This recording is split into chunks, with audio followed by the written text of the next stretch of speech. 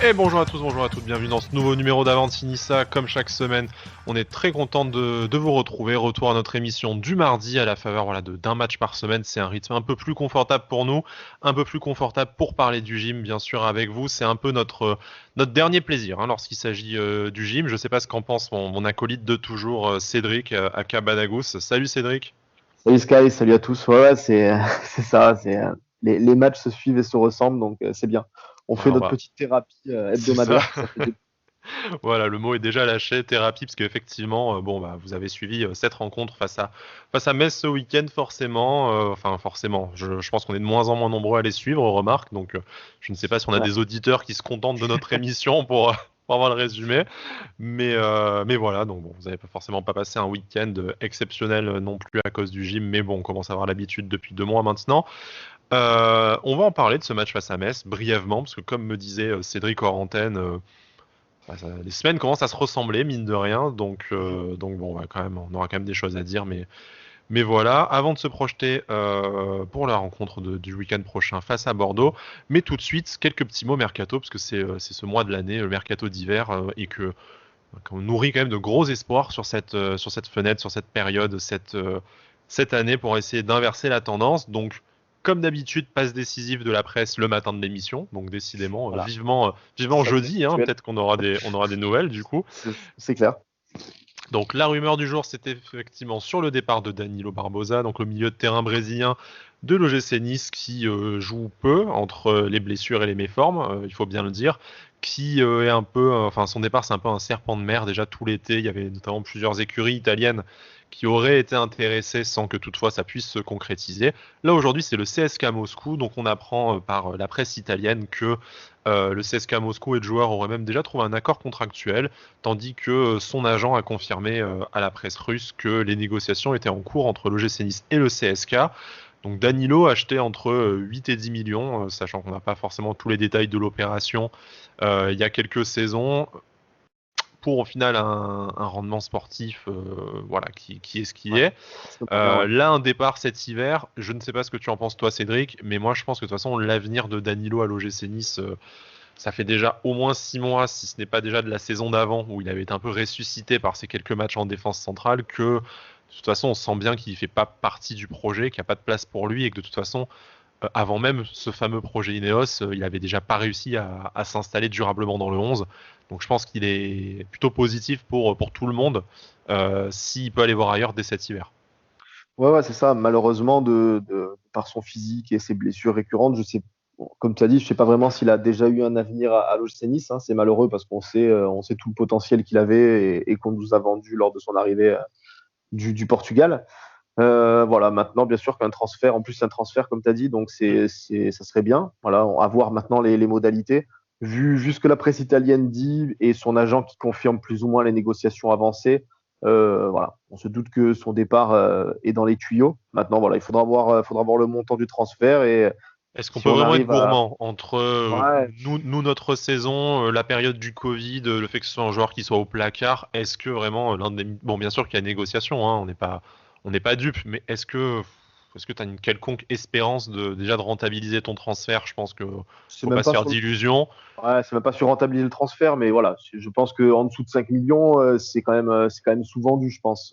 Il a toujours son potentiel, c'est un milieu de Ouais, terrain Après, brésilien, voilà, après c'est Après, compliqué, après, quoi. vu le contexte, le mec ne jouant pas, si on te propose 4 millions cash maintenant plutôt que cet été ou qu'il parte libre après à terme à la fin de son contrat, est-ce que tu Mm. peux te permettre de refuser 4 millions aujourd'hui dans la situation actuelle? Moi, c'est Ouais, un voilà. exemple, 4 millions, on a vu que, Oui, oui, c'est que ça. Là, Julien Fournier pouvait se montrer des fois très habile à la revente. Ça n'a pas forcément été le cas cet été. On a eu quand même beaucoup de moins-value ou de joueurs, en tout cas, moins bien vendus que ce qu'on espérait. Quand tu vois qu'un Willian Cyprien, ça part pour un prêt avec option obligatoire à 8 millions, je me dis, si tu arrives à vendre Danilo 4-5 millions, ouais. est-ce que c'est mal vendu? Je ne sais pas Après, très bien. t'as vendu Ganago 6, hein, même si Ganago Mm. s'éclate, au moment où il part, chez nous, c'était seulement 3 buts et pas mal Ouais. de blessures. Donc voilà, il y a toujours.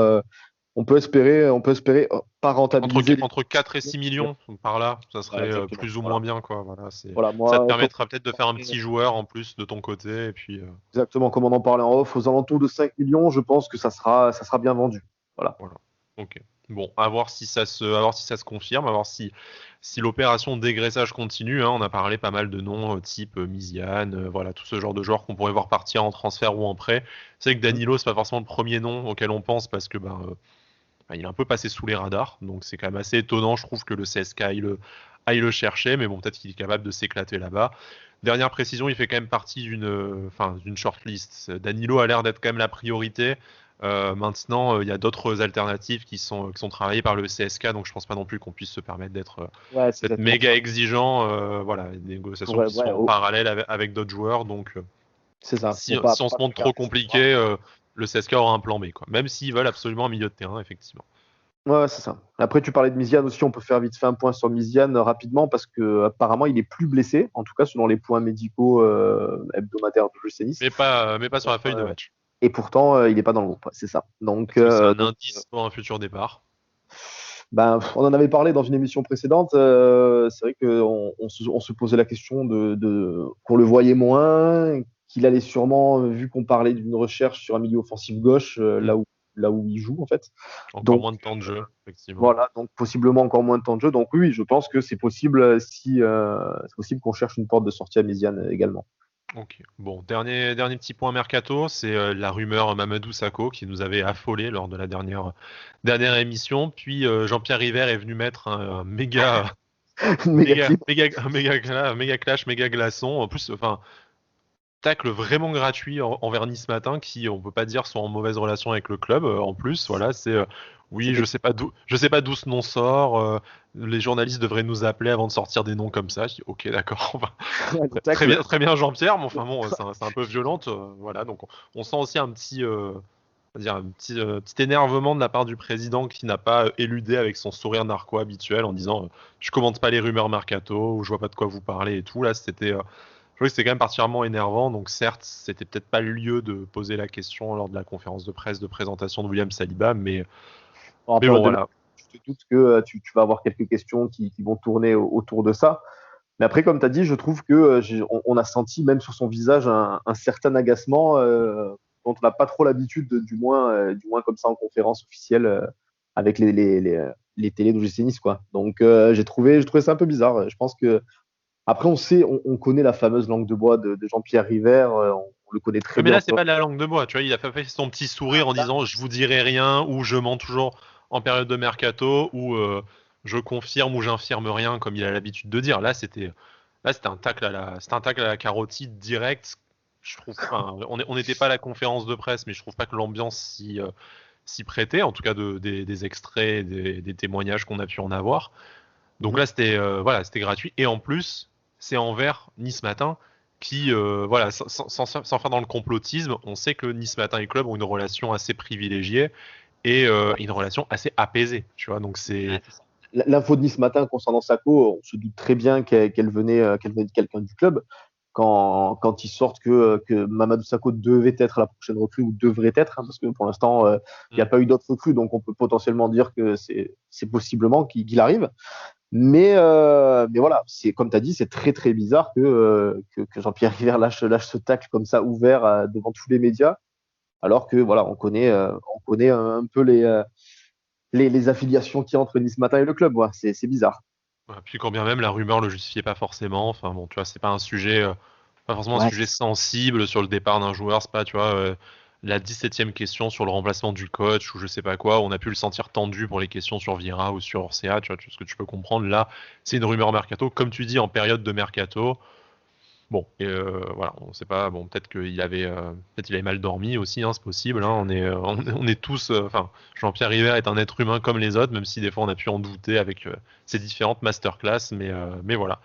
Je te propose de clôturer cette petite page mercato. Donc on n'a rien de fou, de nouveau à vous annoncer, si ce n'est peut-être que avec tous ces événements, on peut en tirer une conclusion, c'est que le mercato n'est pas terminé, probablement. je pense, oui. Je pense que ça travaille encore.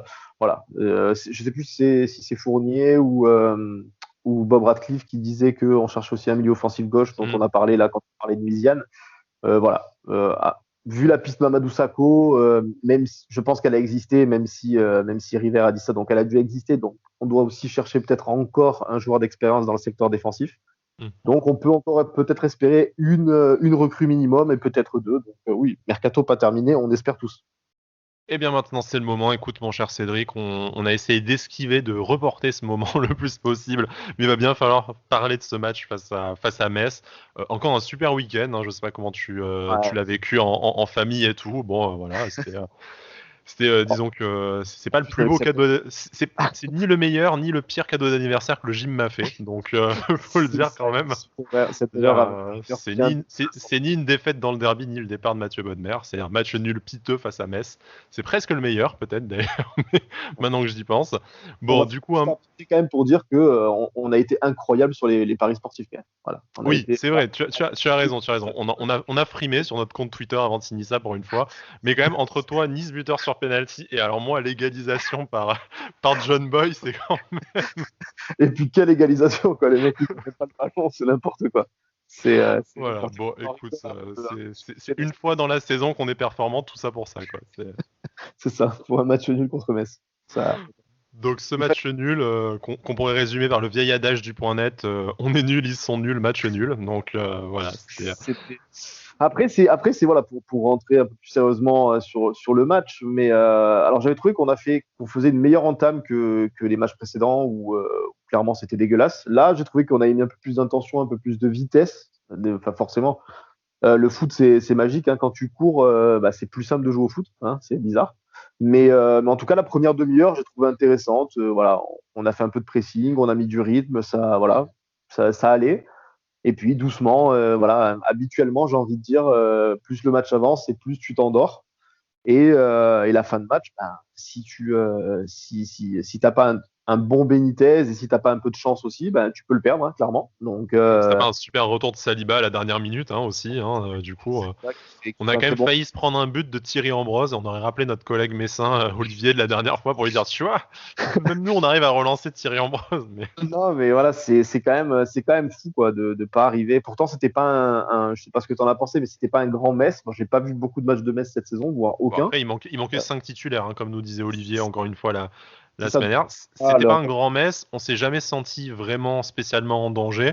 Tu te prends un but, c'est pas un but gag, mais pas voilà. loin, tu vois. Au final, la seule satisfaction, c'est peut-être de te dire que tu n'as pas pris un but sur une erreur de relance manifeste, quoi. Mais Pour est-ce une que fois, c'est vraiment une satisfaction?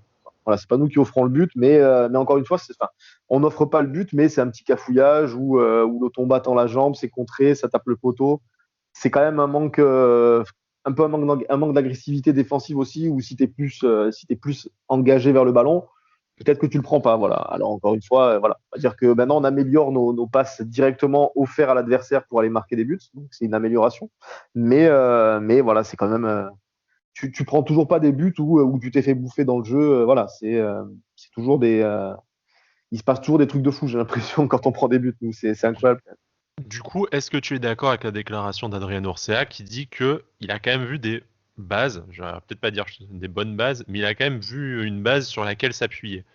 Est-ce que pour toi, c'est bien sûr très insuffisant, on le répétera jamais assez, une série de 100 victoires catastrophiques, une moyenne de points d'un point par match qui est très largement insuffisante et peut-être à terme inquiétante même pour jouer le maintien. Donc bon, ça, une fois qu'on s'est bien affolé, enfin, une fois qu'on a parlé chiffres qu'on peut tous constater, parlons un peu football, est-ce que pour toi, du coup, il y a une base là sur laquelle tu te dis, ben, t'as l'impression d'avancer ou en tout cas d'identifier certains points sur lesquels tu vas pouvoir essayer de construire le gym de la fin de saison. Alors sur la première mi-temps, oui, moi je suis assez d'accord avec lui sur la première mi-temps. Il y a des bonnes choses à retenir. Après, là où. Après, lui, il est obligé de le dire, ça, Urcea, pour Bien parler de sûr, sa on sait qu'il y a une partie de communication, on n'est pas dupe non plus, hein, c'est effectivement. ça. Donc, mais après, moi, c'est sur le fait où on a tellement l'habitude, encore plus cette saison, des one-shots où derrière tu fais deux matchs, trois matchs d'affilée où tu es absolument dégueulasse et puis boum, d'un coup, tu as une bonne première mi-temps. Donc, moi, j'ai envie bien sûr de retenir les 30-35 bonnes premières minutes de la première mi-temps. Mais alors de là à dire qu'il faut un peu en tenir entre guillemets référence pour les prochains matchs, oui, mais à eux de le prouver dans ces cas-là. On va avoir quelques adversaires de niveau supérieur peut-être à Brest, Lorient et Metz qui arrivent là. Donc il va falloir montrer que cette bonne première période, elle est possible d'être répétée sur 90 minutes. Donc voilà. Ouais, face à un adversaire de plus gros calibre, comme tu le dis, et puis voilà.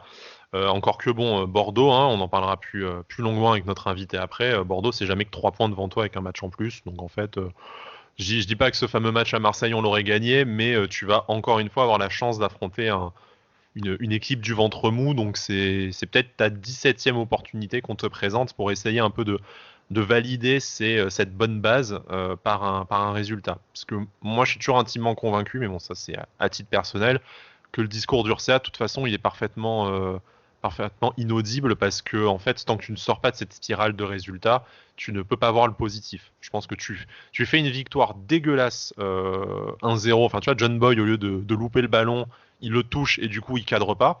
En fait, tu gagnes 1-0 au terme d'un match dégueulasse où tu as marqué sur un penalty qu'on t'offre.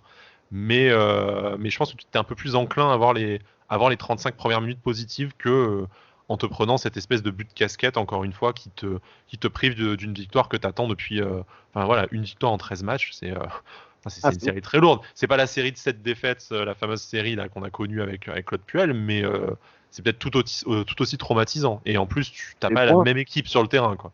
Ouais, et puis même au niveau des points, cette défaite d'affilée ou 13 matchs sans victoire, au niveau des points, tu dois plus ou moins être sur les mêmes bases, Ouais. quoi. Mm. Donc, oui, oui, non, non, voilà, il faudra voir maintenant. Il faudra voir maintenant ce que tu fais derrière. Comme tu as dit, tu as la chance d'affronter un Bordeaux qui va pas non plus très très bien. Bon, ils vont sûrement récupérer Ben Arfa, j'ai cru lire sur Twitter. C'est pas une Donc super bonne on nouvelle, ça. on parlera avec notre invité Nando juste après, Bien effectivement. sûr, bien sûr. Mais voilà, donc maintenant, il faudra. On a envie de se dire encore une fois, tu peux faire quelque chose dans ce championnat, tu n'es clairement pas à ta place, mais comme on l'a dit sur Twitter, ce qui est malheureux, c'est qu'on commence à regarder derrière, quoi. Ça, c'est quand même limite dramatique, je trouve. Ouais, compte tenu du projet, des joueurs que tu as sur le terrain, enfin des promesses, tout ça, on n'était pas forcément à exiger une place européenne ou sur le podium, mais en tout cas à regarder vers ces places-là plutôt qu'à regarder en bas. Ça, c'est certain. Ouais, c'est clair, c'est clair. Voilà. Bon, je te propose de clôturer cette rencontre face à Metz. On pourrait faire 10-20 minutes de plus d'émission en décortiquant ce match, mais je pense que, enfin, déjà, nous, on n'a pas envie de s'imposer ça, très clairement. Hein. Voilà, les auditeurs, les derniers fidèles qui restent et qui ont encore envie de s'infliger l'OGC Nice plus qu'une fois par semaine le week-end, mais de prolonger la douleur et le plaisir qui sont intimement liés à l'OGC Nice toute la semaine. Voilà, on va peut-être écourter le match face à Metz. On va encore espérer que la prochaine émission soit un peu plus sympathique, hein, mais bon, comment dire, on y croit à mort. Mais voilà, donc clôturons ça. On va accueillir maintenant notre invité bordelais, l'adversaire du week-end. Comme d'habitude, on essaie d'avoir voilà, quelqu'un qui va nous parler de son club mieux que nous, on peut l'envisager de dehors. Et aujourd'hui, ce n'est pas n'importe quel invité, puisque nous avons le célèbre Nando Chachalana de Twitter avec nous. Et salut Nando, comment ça va? Salut, salut les gars, ça va bien et vous? Salut Ça Nando. va, ça va. Écoute, merci pour ta présence dans l'émission. Hein. On te rend l'appareil après notre passage dans ton émission à S-Foot, dont on va entre autres parler un peu avant de se concentrer sur le match de dimanche. Donc bon, tu es un peu une sommité des réseaux sociaux et de la petite twittosphère francophone. Je pense que beaucoup de nos auditeurs te connaissent déjà pour voilà, on va dire tes tacles appuyés et pour toutes tes autres productions. Est-ce en quelques mots, est-ce que tu as envie déjà de te présenter pour ceux qui ne te connaîtraient pas et aussi de nous parler de tes projets? Donc voilà, S-Foot pour ceux qui nous ont suivis pour les soirées européennes avec Cédric, auquel on a participé avec grand plaisir, mais je crois savoir pas mal d'autres choses aussi. Ouais, je me présente donc Nando Chachalana, je me considère surtout comme un supporter des Girondins de Bordeaux, voilà, et après, oui, je suis adepte comme un gars qui est passé par un autre club, je suis un petit peu comme Cyril Roll parfois sur le réseau, j'aime bien mettre quelques petites semelles, mais tu sais, en faisant genre s'il n'y a rien, ça joue, en Angleterre, ça ne siffle pas. Ça, c'est le style que j'aime bien. Viril mais correct. Exactement. Ouais, mais correct. Et donc, ouais, non, je sévis, entre guillemets, sur ce réseau depuis 2013. Je commente évidemment beaucoup l'actu des Girondins, mais pas que. J'aime bien, tout simplement, je me mets pas de barrière. J'aime le foot en général. Donc, j'aime la Ligue 1. Hein. Enfin, voilà, il faut bien qu'il y en ait. C'est donc toi. Voilà, c'est moi. J'aime tout aussi, mais j'aime tout le reste. Et donc, oui, comme tu le disais, cette passion du foot m'a amené à monter avec deux autres acolytes de Twitter ce compte AS Foot sur Twitch. Et bon, qui est également défini décliné plutôt sur Twitter aussi, mais voilà, où on fait du stream en live, soit des débriefs de matchs comme on a pu faire avec vous. Bon, hélas, il y en aura tu nous as pas trop porté chance quand même. C'est vrai qu'on aurait aimé en faire plus, hein, mais voilà. malheureusement. Alors, en plus, c'est toi, Cédric, qui a fait la seule victoire. Moi, je me suis tapé tous les matchs merdiques. C'est ça. Ouais. Alors après, hein, je ne sais pas si c'est vraiment à nous qu'il faut en vouloir ou à Pat Vieira, hein, vous le direz, mais je pense qu'à lui, malheureusement. Donc voilà, ouais, donc on fait du live vidéo, on fait des émissions avec des fois juste une ou deux thématiques, des fois avec des rubriques quand on revient sur les journées de Ligue 1, et parfois également des émissions avec un invité du début jusqu'à la fin de l'émission, notamment voilà. On a fait plusieurs invités prestigieux. On a eu des champions du monde 98, J'étais Sarassou, Robert Pires, puis voilà, et on a joué. On a eu également cet été un joueur qui était en partance de chez vous, mais qui était encore joueur de Nice, Willan Cyprien, qui partait à Parme, je crois, une semaine après. Voilà, notamment. Voilà à quoi se résume un peu mon quotidien sur les réseaux sociaux. Bon, bah, c'est bien déjà. Et du coup, avec toutes tes activités, tu as malgré tout trouvé le temps de suivre la saison des Girondins de Bordeaux, j'imagine, parce que comme tu l'as dit, tu te définis d'abord comme un supporter des Girondins. Oui. Est-ce que tu peux un peu, nous, avec notre œil profane un peu lointain, les Girondins de Bordeaux, c'est quand même beaucoup les histoires de rachat de DNCG ces 2 dernières années là, pour lesquelles on a entendu parler, plus que pour des raisons sportives malheureusement. Mais également, après, on y reviendra aussi, parce qu'on a nos anciens joueurs qui brillent chez vous désormais. Enfin, d'ailleurs, plusieurs, mais au moins Hatem Ben Arfa, forcément. Donc, comment ça se passe? Est-ce que le club pense un peu ses plaies maintenant avec Jean-Louis Gasset sur des feuilletons un peu plus compliqués hors terrain? Et comment ça se passe avec Hatem, du coup? Ben, écoute, c'est vrai qu'on a été dans l'actualité tu as raison, pour l'extra sportif. Comme un paquet de clubs de D1, on est très endettés. Et nous, en plus, il y a eu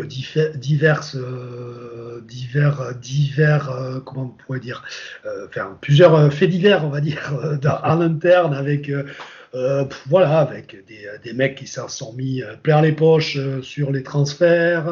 Je parle de Varela, par exemple, Hugo Varela, qui était l'ancien directeur sportif, si on peut dire.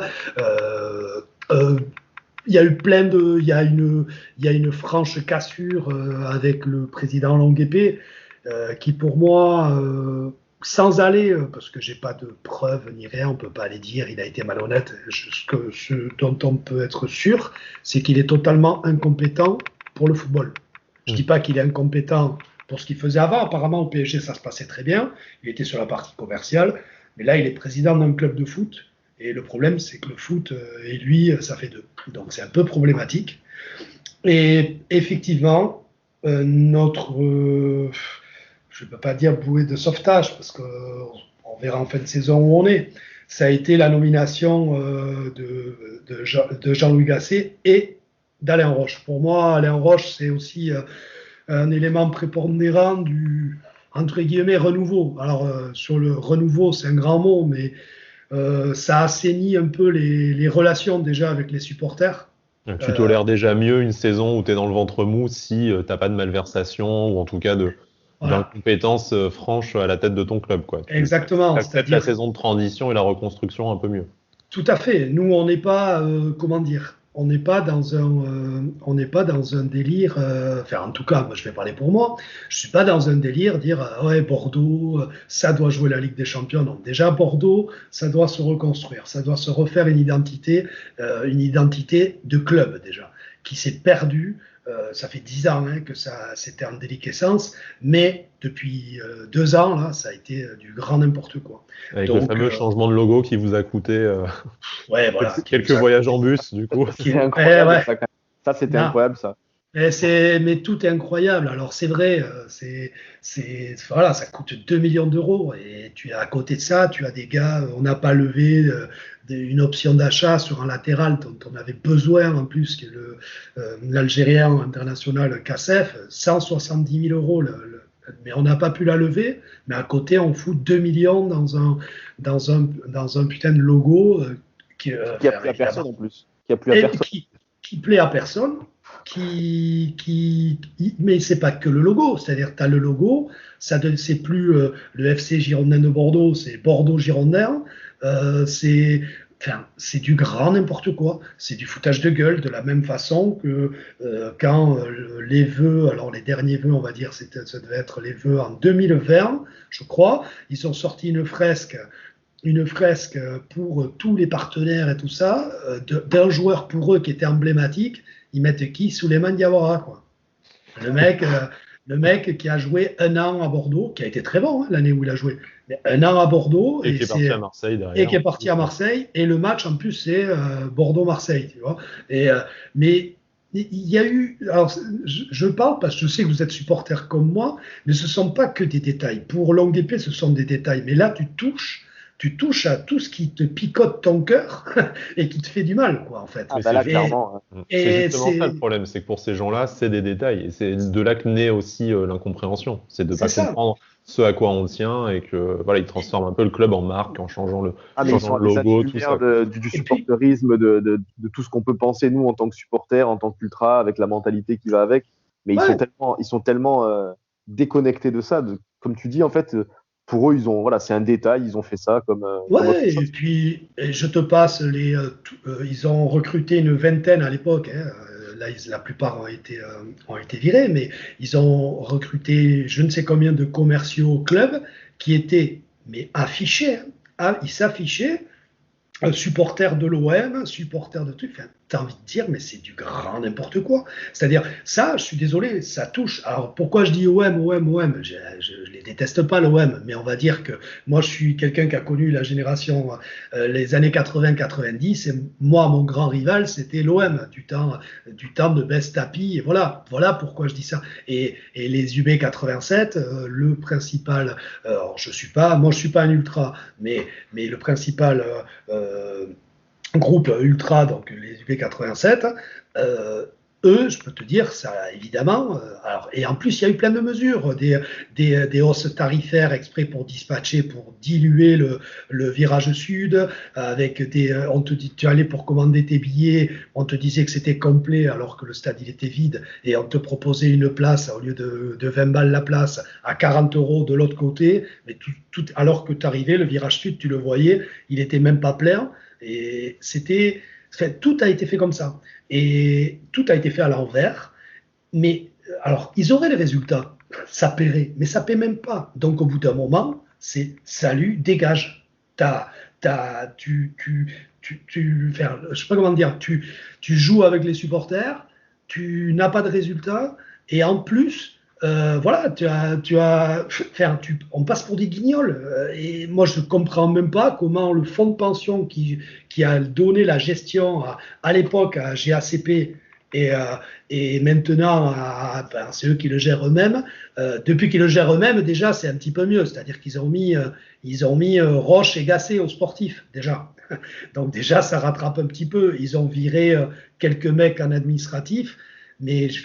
Enfin voilà, on parle souvent de King Street, mais c'est vrai que je suis désolé, c'est un peu technique ce que je dis, mais au départ c'était King Street avec un actionnaire minoritaire qui s'appelait GACP, avec GACP, et cet actionnaire minoritaire, alors moi je pense qu'il leur a fait à l'envers aussi, mais ils s'en sont mis plein les poches et eux aussi. Mais alors, King Street, ils sont fautifs, parce que c'est eux qui les ont choisis, qui leur ont laissé les rênes.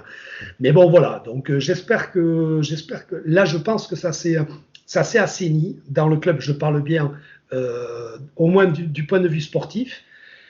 Dans tout ce qui est dans les différentes strates, là, il y a encore un plan de licenciement. Donc, il y aurait apparemment une trentaine de salariés là, qui en feraient partie, qui seraient sur des départs. Donc, bon, pas mal de CDD, ou des gens en fin de carrière. Donc, ça, c'est toujours embêtant. Voilà. Donc, mais tout ça, parce qu'apparemment, notre dette serait aux alentours de 80 millions d'euros. Donc, tout ça, c'est. On parle jamais trop des conséquences sociales de Ouais, aussi de cette dette. On peut penser à la situation de Lille, enfin de plein d'autres clubs, comme tu tout à disais, fait. qui sont concernés en Ligue 1, ou au-delà de la balance commerciale des transferts, qui est une chose, derrière, tu as la vie d'un club, et c'est aussi ça qui fait partie de l'identité du club quand tu commences à toucher à des piliers qui sont à l'intérieur du club, que ce soit sur le sportif, l'administratif ou quoi. Donc, Ouais, tout à fait. Non, mais voilà, Ouais. voilà. Surtout Ouais, qu'en plus pardon. sur le sportif, vous n'avez pas, comme ça de tête, vous n'avez pas de gros joueurs bankable entre guillemets, vendables pour l'été qui arrive peut-être aussi. Vous avez un peu. C'est toujours pareil. C'est bankable. Non, on n'a pas de joueurs on n'a pas de joueurs à 30 millions d'euros, sauf si il y a un club de PL qui fait des coups comme ils ont fait il y a 2 3 ans, mais eux aussi se sont calmés. Je veux dire, on a, on a qui on a Basic qui doit valoir entre 8 et 10, je pense, mais pas beaucoup plus. Sauf s'il fait, il fait une énorme deuxième partie de soirée, de saison. joli lapsus, Euh, on sent ouais, que tu parles la tienne déjà là. Ah, ça ouais, c'est le bordel de départ. non, après on a non, Bankable, on a Maja qui doit valoir pareil Il vaut combien d'abonnements Netflix, Josh Maja? ouais, c'est ça. Ce que je veux Non, dire, mais c'est je que pense du que coup, Maja en PL, 80 je pense qu'il millions, vaut ouais, 10. ouais, elle va être dure à estomper du coup si c'est vraiment une dette de 80 millions comme tu le dis quoi. Ouais, ça va être compliqué. Ça va être très compliqué. Si je vois pas trop, franchement, comment tu peux éponger en gardant le sportif à un certain niveau. Je vais même pas dire jouer l'Europe. Je vais dire se maintenir déjà, parce que c'est toujours pareil. Si tu descends, tu as plus d'autres revenus et tout ça. Donc là, je vois pas comment, à part si tu as un nouvel investisseur qui arrive et qui injecte de l'argent, je ne vois pas comment on peut sortir de cette dette-là. Parce que je je vois pas bien, surtout que ben, comme un paquet de clubs, on va voir combien on va toucher de droits télé par rapport à ce qui était prévu. Euh, Bref, ça va être compliqué, oui, ça va être compliqué. Ah, il y a cette histoire de droit télé avec Canal, il faudra attendre ça aussi de voir un peu Bah ouais, quand la Ligue se sera mis d'accord avec Canal, tout ça, c'est sûr que ouais. Mais après, ouais, ça peut passer par le sportif aussi pour Bordeaux. Une bonne deuxième partie de saison, ça peut aussi amener des investisseurs. On va parler du sportif, du match et du reste de la ouais, saison. ouais. Et ça peut passer par là aussi, hein, comme pour beaucoup de clubs.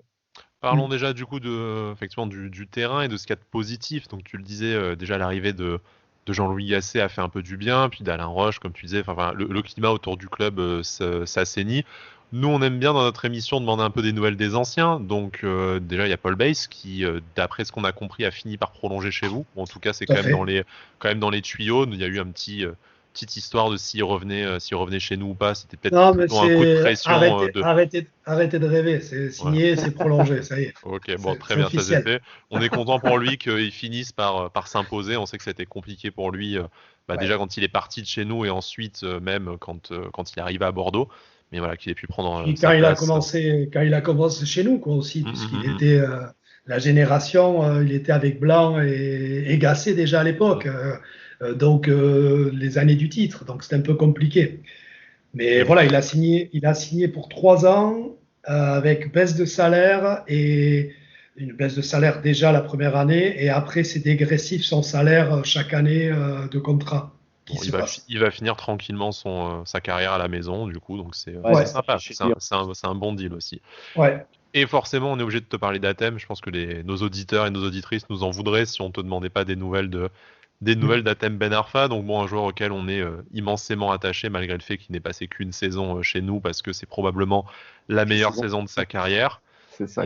Voilà, on sait que ça a été difficile pour lui ces dernières années, depuis son départ à Nice, même si à Rennes ça allait à peu près, mais aussi depuis le départ de Rennes avant d'atterrir chez vous. Mais là, on a quand même l'impression, notamment en suivant ton compte Twitter, mais voilà, en allant sur les réseaux sociaux, qu'il vous a quand même embelli un peu quelques rencontres de sa grande classe footballistique.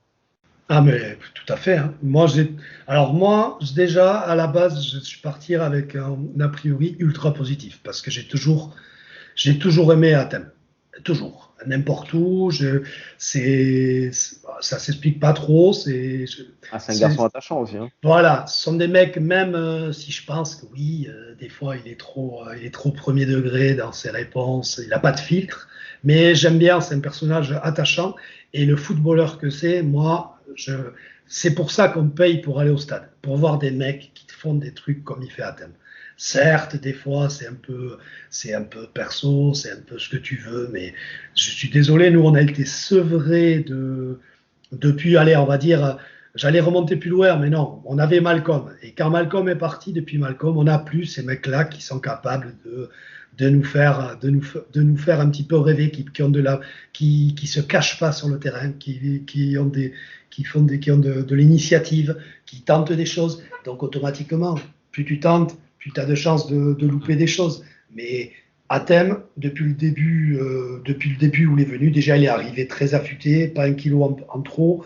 Il est monté en puissance et très très vite c'est devenu notre leader technique. Voilà. Et surtout, les autres se sont bonifiés, ils se sont mis au niveau à côté quand ils jouent.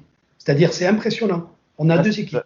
C'est ce que j'allais dire parce que tu vois, on a souvent tendance, même là tu en as parlé, du personnage un peu qui joue perso, qui joue un peu individuel, mais j'ai l'impression j'ai pas trop suivi les matchs de Bordeaux, mais au niveau des résultats, tout ça, il a fait pas mal de passes décisives déjà à Thème avec Bordeaux. Ouais, je crois qu'il est. Je veux pas dire de bêtises, mais je crois qu'il est à. Je sais plus, il doit avoir 3-4 passes d'ess. Mais surtout que. Mais après, c'est surtout, tu le vois, l'investissement qu'il met. Là, il était. Alors, ça fait chier parce que il s'est blessé là. Il s'est blessé il y a 15 jours. Mais voilà, il y a 10 jours, c'était. Il s'est blessé. Voilà, il était en train de monter en régime. Vraiment, vraiment, il était allez, je vais dire, il était à 90%, tu vois. Il était quasiment.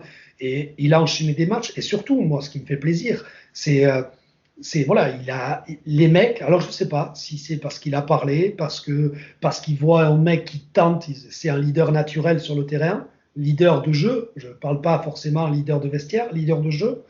Et moi je vois des mecs quand ils jouent avec lui, des mecs comme Adli, des mecs comme Otavio. Otavio, ben il joue plus en passe latérale et en passe derrière, non, ça joue de l'avant. Et d'ailleurs, c'était avant le match je ne vais pas dire de bêtises, je crois que c'est juste avant qu'on gagne à Rennes, dans la semaine, il y a eu une altercation à l'entraînement entre Otavio et Ben Arfa. En gros, c'est parti de Otavio qui se plaignait d'une passe d'Athème. Et Athème, il lui a dit, écoute, tu me feras des réflexions quand tu arrêteras de te cacher sur le terrain. Donc, il lui a sorti un truc comme ça. Tu Athème, quoi. Ah ouais, mais n'empêche, il lui a dit, et Otavio, un autre homme depuis ce match-là, à Rennes, monstrueux, contre Metz à la maison, contre Brest à domicile, monstrueux, et il s'est mis à jouer de l'avant, à casser des lignes par des passes, à prendre des initiatives. Et le premier mec, quand il a marqué, dans lesquels il s'est. Parce que Otavio a marqué, je crois que c'était contre Brest, et vers qui il s'est dirigé en suivant sur Athènes. Et voilà, c'est un mec qui a amené ce petit truc. Alors, je ne vous dis pas qu'on a un jeu fantastique depuis qu'il est là, mais les mecs sont décomplexés. Ça a allumé une étincelle. De toute façon, je pense que quand tu es joueur professionnel de foot, je soupçonne qu'en général, tu aimes ça, tu aimes le foot. Ouais. Et du coup, jouer avec un mec comme ça, je veux dire, tu te régales. Je veux dire, ça te sort ta sinistrose aussi dans laquelle tu étais peut-être enfermé ces dernières saisons où tu n'avais ni vraiment en jeu, ni jeu tout court. Et là, en fait, tu te régales à te dire... On peut s'éclater sur le terrain, jouer de façon peut-être un peu plus insouciante, un peu plus ambitieuse, et ça passe pas, tant pis. Je veux dire, aujourd'hui, Bordeaux, ça n'a pas non plus, d'après ce que tu nous disais, des ambitions démesurées autres que se reconstruire, et du coup, en prenant du plaisir, c'est quand même vachement plus facile.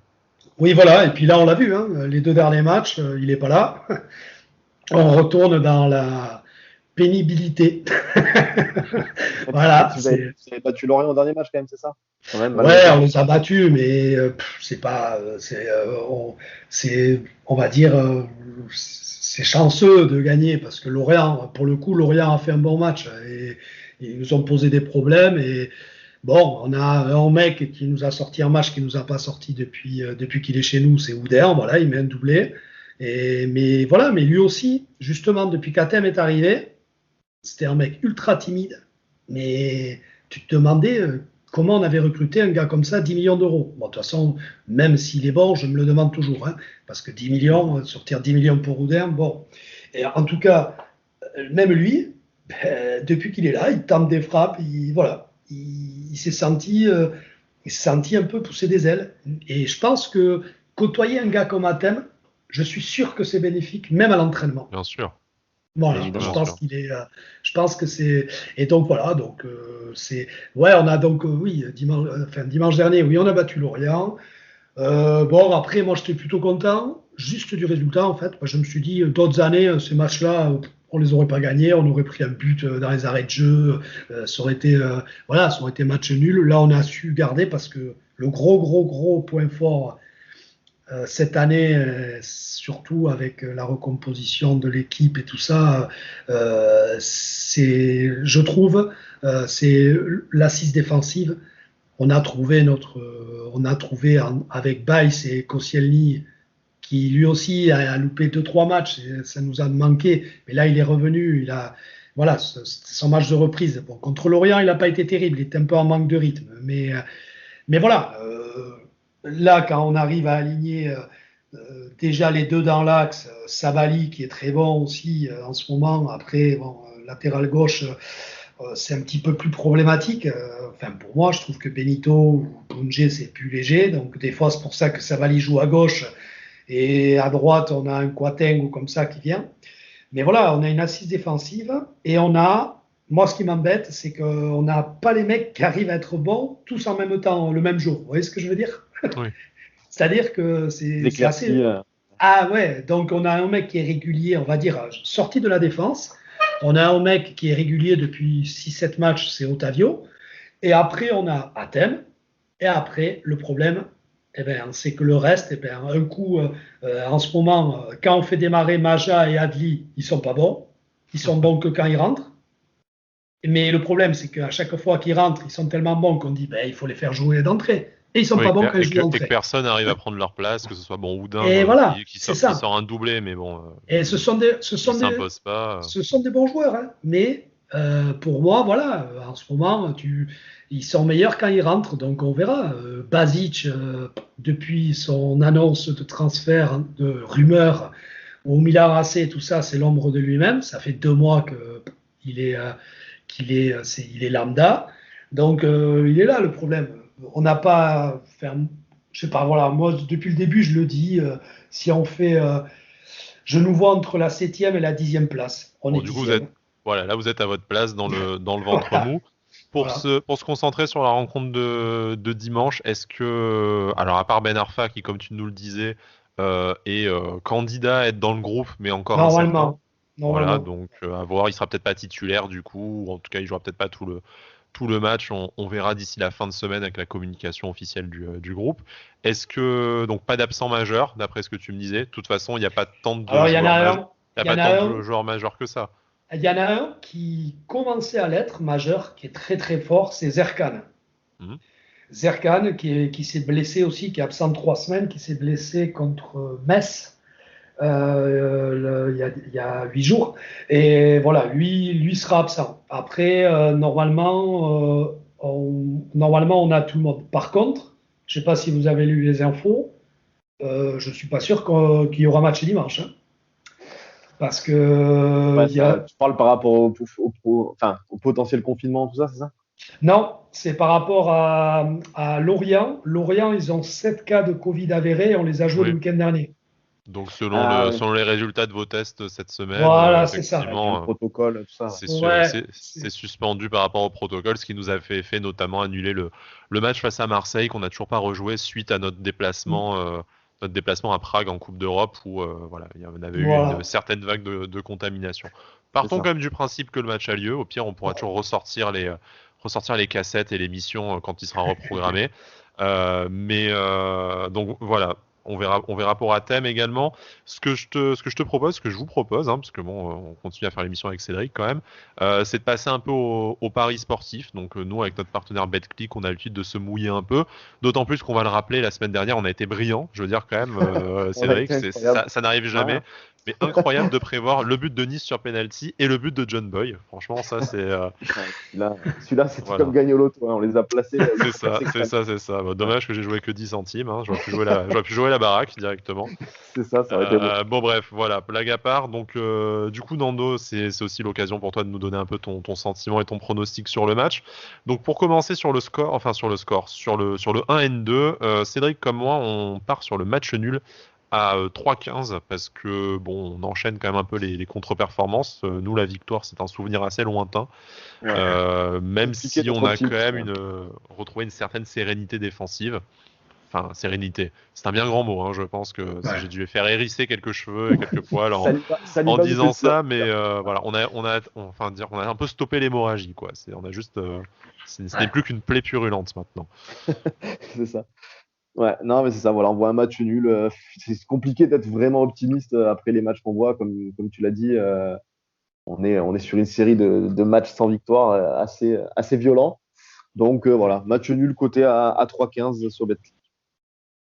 Moi, alors, si Athènes ne joue pas, moi on aurait pu faire des bêtes avec et sans Athènes. Voilà, c'est ça. Je vais être un peu plus. Alors, je ne sais pas si vous allez l'avoir sous les yeux, la cote ou quoi, mais moi, je vois bien. Je vais être un peu plus. Je vais dire même match nul avec les deux équipes qui marquent. Si jamais il n'y a pas Athènes, et si jamais il y a Athènes, je vois nul ou Bordeaux et les deux équipes qui marquent. Okay, parce que, voilà, je pense que les deux équipes vont marquer. Nous, en ce moment, et on n'est pas trop mal à l'extérieur. Tu vois, nous, c'est à la maison qu'on perd beaucoup de points. À l'extérieur, je crois qu'on est sur 2 nuls, 3 victoires et 4 défaites. Mais dans les défaites, il y a Lille, Marseille. Et voilà, je veux dire, on va dire c'est des défaites plutôt logiques, on va dire. Mais voilà, on gagne à Rennes, on fait nul au Parc. À l'extérieur, on s'y file en général. Voilà. Mais nous, on est nuls à domicile, donc du coup, voilà. Alors, pour te répondre, le nul et les deux équipes qui marquent, c'est 3,93 et Bordeaux et les deux équipes qui marquent, c'est 5,95. Non, Bordeaux ou nul et les deux équipes qui marquent. D'accord, ok. C'est chiant, hein. Là, t'as mis Sky en PLS. Là, va falloir aller chercher par toi-même, quoi. Ben, voilà. Là, je suis en train de naviguer au milieu des 150 cotes. Bon, du coup, pour la cote buteur, Sky... passons au buteur. Merci Cédric. Heureusement que tu es là quand même. Je te rattrape. Sauver la vie. Alors, allez-y. On vous écoute. Attends, on a perdu Sky du coup, je crois. Non, j'attendais religieusement que tu nous places encore ton pari sur Dolberg, comme d'habitude. Mais il faudrait peut-être qu'il joue pour que ça passe. Ouais, bah moi je vais remettre Dolberg. Voilà. Il a joué une demi-heure au dernier match contre Metz. Je me suis dit, il va peut-être être titulaire. Enfin, j'ai l'impression que ça fait 6 ans qu'on l'a pas vu titulaire dans un match. Donc voilà, j'espère qu'il sera titulaire et évidemment qu'il marquera. C'est coté à 2,70. Voilà, c'est pas énorme comme cote au final pour un mec qui joue pas. Bon, même si on va pas refaire le CV de Kasper Dolberg, mais voilà quand même. 2,70. Ça t'a changé ton petit pari Guiri que tu mets à chaque match, c'est bien. Tu vois, donc je varie Guiri, JRA, un coup sur deux. Et puis il y a Dolberg qui revient. Allez, on va repasser sur Dolberg. Voilà, c'est bien. Moi, ça va être Paul Bass parce que j'ai décidé de jouer plus que des grosses cotes niveau buteur depuis mon succès avec John Boy. Et puis, le petit coup de la loi des anciens, je me dis, et notre fébrilité sur coup de pied arrêté vont faire le reste. Donc voilà, un petit but de Paul Bass sur coup de pied arrêté éventuellement. Mais pour faire plaisir à Nando, du coup, si jamais Ben Arfa joue, la cote de Ben Arfa buteur, c'est 3,85. Ce qui risque fort d'arriver si jamais il a de quoi être titularisé dimanche et que le match se joue. C'est ça. Moi, je jouerais, tu vois, Bass, je l'aurais mis aussi. Je l'aurais mis, mais je vois bien. je vais dire, j'aurais dit buteur Wang côté bordelais. Mhm. Je voyais bien, alors, je sais pas, il doit être à 4 et quelques, non, sa cote? 3,72. 3,72. Voilà, moi je vois bien Wang parce que pour l'instant il manque de réussite. Bon, il a mis des buts, mais il se crée tellement d'occasions que voilà, je pense que ça va rentrer. Il en a mis, hein, mais je pense que ça va rentrer. Et voilà, et la grosse cote ça aurait été Baïs aussi. Mais je dis pas qu'ils vont marquer les deux, hein, ça voudrait dire qu'on gagne deux buts. Je veux pas vous assommer direct. Alors, Mais, ou alors, transition toute trouvée pour le pari, fun bet à plus de 3 de Cédric, du coup, qui lui parie sur un score exact, c'est ça? C'est ça, score exact, 2 partout, côté à 13. Voilà. Je sens qu'il, je sais pas pourquoi, je sens qu'il va y On peut avoir faire des un buts. méga combiné base Wang de score exact de partout. Ouais, et puis on est riche. Voilà. On s'achète une villa tranquille tous les et trois. c'est à combien Guiri Wang? Attends, faut Les que je deux qui vois. marquent ou l'un des deux, tu veux dire? Les deux marques. Ah, les deux marquent. Ça Alors, doit en être un bon combo, petit je vais 10, là, voir non? ça. Ouais, ça peut. Alors Ça attends. peut être pas mal, hein, on va Si je te trouver trouve ça. ça, si la cote est déjà dispo, je suis pas sûr par contre. Je suis pas sûr. Pendant ce temps, je vais faire le mien du coup Ouais, de vas-y. Funbet parce que je crois que je ne l'ai pas malheureusement encore. Donc Ça mon peut Funbet pas- perso à plus de 3, c'est le score exact un partout parce que c'est un peu notre score de la. J'ai hésité avec le 2-2, c'est vrai, mais à la fois je me dis Le comment est-ce 2-1, qu'on. le 1-2, vous le voyez pas. Ah, le 1-2, s'il y a thème, ça sera le 1-2. Ça sera le Ah, mais 1-2 ça, s'il y a c'est le thème, mais problème. voilà. Quand on est Le, supporter, c'est très dur de euh, pronostiquer sa propre équipe. C'est difficile de. On a toujours une petite superstition, on se dit punaise, si je mise contre eux, ça veut dire qu'ils vont perdre et on Ah n'aime non, nous on pas. n'a pas trop de mal en ce moment à miser contre eux. Alors le 1-2 est à 9,60, hein, ce qui est une bonne cote, c'est effectivement à jouer également. Mais voilà, non, le 1 partout, parce que je nous vois difficilement marquer 2 buts. Honnêtement, déjà en marquer un, on a dû se remettre quand même au penalty, il y a pas mal de chances ces derniers temps.